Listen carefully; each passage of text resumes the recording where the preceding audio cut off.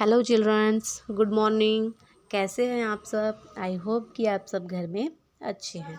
तो चिल्ड्रंस, हमने class 4th व्याकरण बोध का चैप्टर 1 स्टार्ट कर दिया था। भाषा, लिपि और व्याकरण, लैंग्वेज, स्क्रिप्ट एंड ग्रामर। सो मैंने आपको बताया था कि भाषा क्या होती है। जब हम अपनी बातों को किसी को बताते हैं, जिस तरीके से बताते हैं, या फिर दूसरों की बातों को जिस तरीके से समझते हैं, जिस तरीके से सुनते हैं, हम उसको भाषा बोलते हैं। हम उसको उस तरीके को लैंग्वेज बोलते हैं। अब लिपि क्या होती है?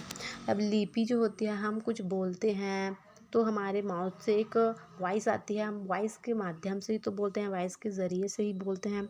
तो उन वॉइस को, उन ध्वनियों को लिखने के लिए कुछ चिन्ह होते हैं।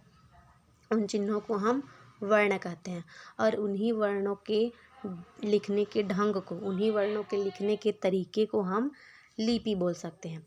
अब हम व्याकरण किसे बोलेंगे? तो व्याकरण एक ऐसा तरीका है जिससे हम किसी भी लैंग्वेज को शुद्ध रूप से शुद्ध करके लिख सकते हैं, शुद्ध करके पढ़ सकते हैं।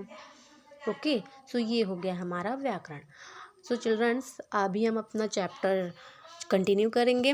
तो मैंने यहाँ पे जो फर्स्ट, सेकंड, थर्ड ये जो पॉइंट्स लिखे हुए हैं, मैंने कल आपको उसे बता दिया था। और मैंने आपको ये भी बताया था कि जो भाषा है वो संस्कृत के भाष धातु से आई है, जिसका मीनिंग होता है बोलना या बताना, प्रकट करना। ओके, और भाषा का मेन मीनिंग होता है कि हम अपने भाव को, अपने बातों को कहकर भी बताते हैं। अब हम देखेंगे यहाँ पे भाषा। हम इसको पहले अब एक एक स्टेप बाय स्टेप सारे टॉपिक्स क्लियर करते जाएंगे। तो सबसे पहले देख लेते हैं हम भाषा, लैंग्वेज। तो विचार या भाव को प्रकट करने के माध्यम को ही भाषा कहते हैं। अब मैंने आपको बताया था कि हम जब किसी को बोलते हैं, अपने विचार को बताते हैं, प्रकट करना मतलब बताना, तो एक तरीके से, एक माध्यम से, एक माध्यम से ही बताएंगे। हम उसी को बोलेंगे भाषा। ओके, अब भाषा द्वारा ही हम दूसरों की बातें समझते हैं तथा अपनी बातें दूसरों को समझाते हैं। अब हम लैंग्वेज के तरीके से ही, लैंग्वेज के द्वारा ही तो हम अपनी बातें किसी को समझाएंगे और किसी की बातों को समझेंगे, तो उसे हम भाषा के द्वारा ही समझते हैं। अब देखेंगे हम यहाँ पे भाषा के रूप, काइंड्स ऑफ लैंग्वेज। तो भाषा के हम यहाँ पे देखेंगे भाषा के टाइप्स। तो भाषा 3 रूप में होते हैं। पहला होता है मौखिक भाषा, दूसरा होता है लिखित भाषा, तीसरा होता है हमारा सांकेतिक भाषा। तो मैं एक एक करके आपको सिंपली लैंग्वेज में एक बार बता देती हूँ, फिर हम इसे आगे डिटेल में पढ़ेंगे।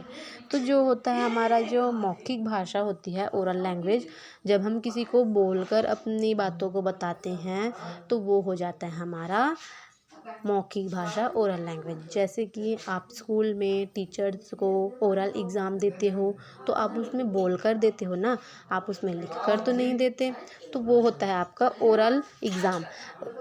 ठीक उसी तरह हम यहाँ पे जो बोलकर अपनी बातों को बताते हैं उसे हम ओरल लैंग्वेज बोल सकते हैं। अब हम देखते हैं लिखित भाषा, राइटन लैंग्वेज। तो जब हम किसी को अपनी बातें लिखकर बताएंगे तो वो होता है हमारा राइटन लैंग्वेज। या पढ़कर बताएंगे तो हम लिखी हुई बातों को ही तो पढ़ रहे हैं ना, तो वो भी हमारे राइटन लैंग्वेज में ही आ जाती हैं।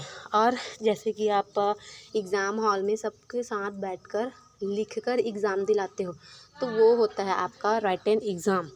तो उसी तरह हम लिखकर भी बता सकते हैं अपने विचारों को, अपनी बातों को, तो वो हो जाता है हमारा लिखित भाषा, राइटन लैंग्वेज। और होता है हमारा सांकेतिक भाषा थर्ड में। तो ये जो सांकेतिक भाषा होती है, सिंग लैंग्वेज, इसको हम बोल सकते हैं कि हम अपनी बातों को किसी को लिख कर नहीं, बोल कर नहीं, हम उसे संकेत के तरीके से बताते हैं।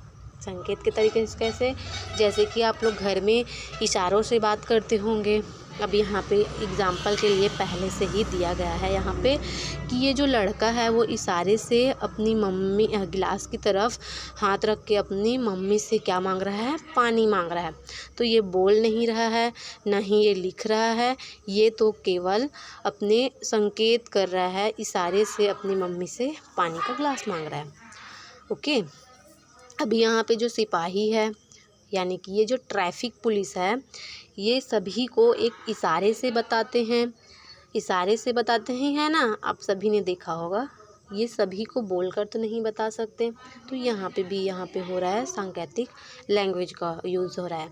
अब यहाँ पे जो दादी है वो बोल कर बता रही है और जो बच्चे हैं वो सुनकर कहानी को समझ रहे हैं। तो यहाँ पे कौन सा लैंग्वेज यूज़ हो रहा है, यहाँ पे हो रहा है ओरल लैंग्वेज।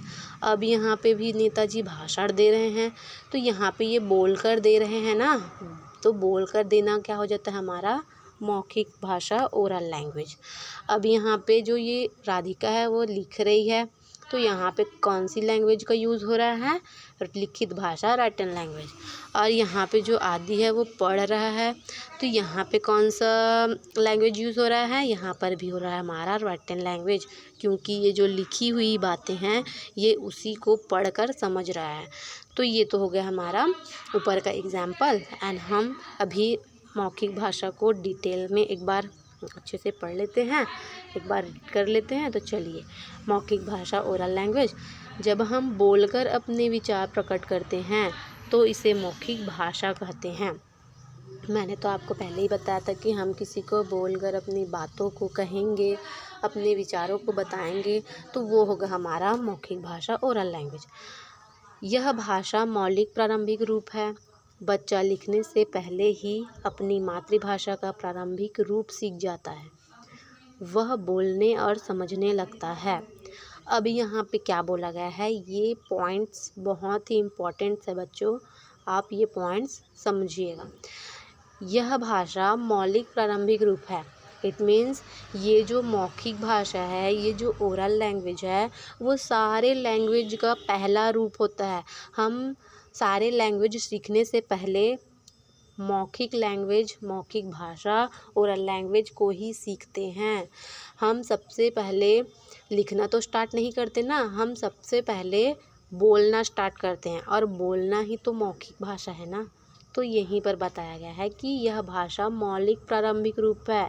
ये जो मौखिक भाषा है ना, वो सबसे पहला रूप होता है सभी लैंग्वेजों में, क्योंकि बच्चा लिखने से पहले अपनी मातृभाषा का प्रारंभिक रूप सीख जाता है। तो हम लिखने से पहले बोलना सीखते हैं, और बोलना ही मौखिक भाषा है, और मौखिक भाषा ही तो हमारे सभी लैंग्वेजों का प्रारंभिक रूप है ना।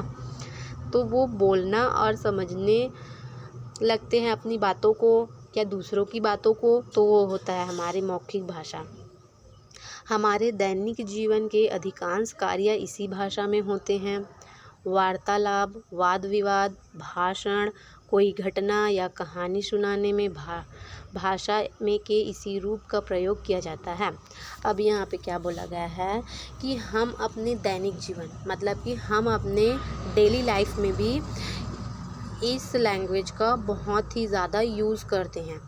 अब वो कैसे यूज़ करते हैं, वार्तालाप मतलब कि घर में बातचीत करने के लिए, वाद विवाद, कहीं भी बात होती है हमारी बाहर या फिर कुछ भी, तब हम उसको यूज़ कर सकते हैं।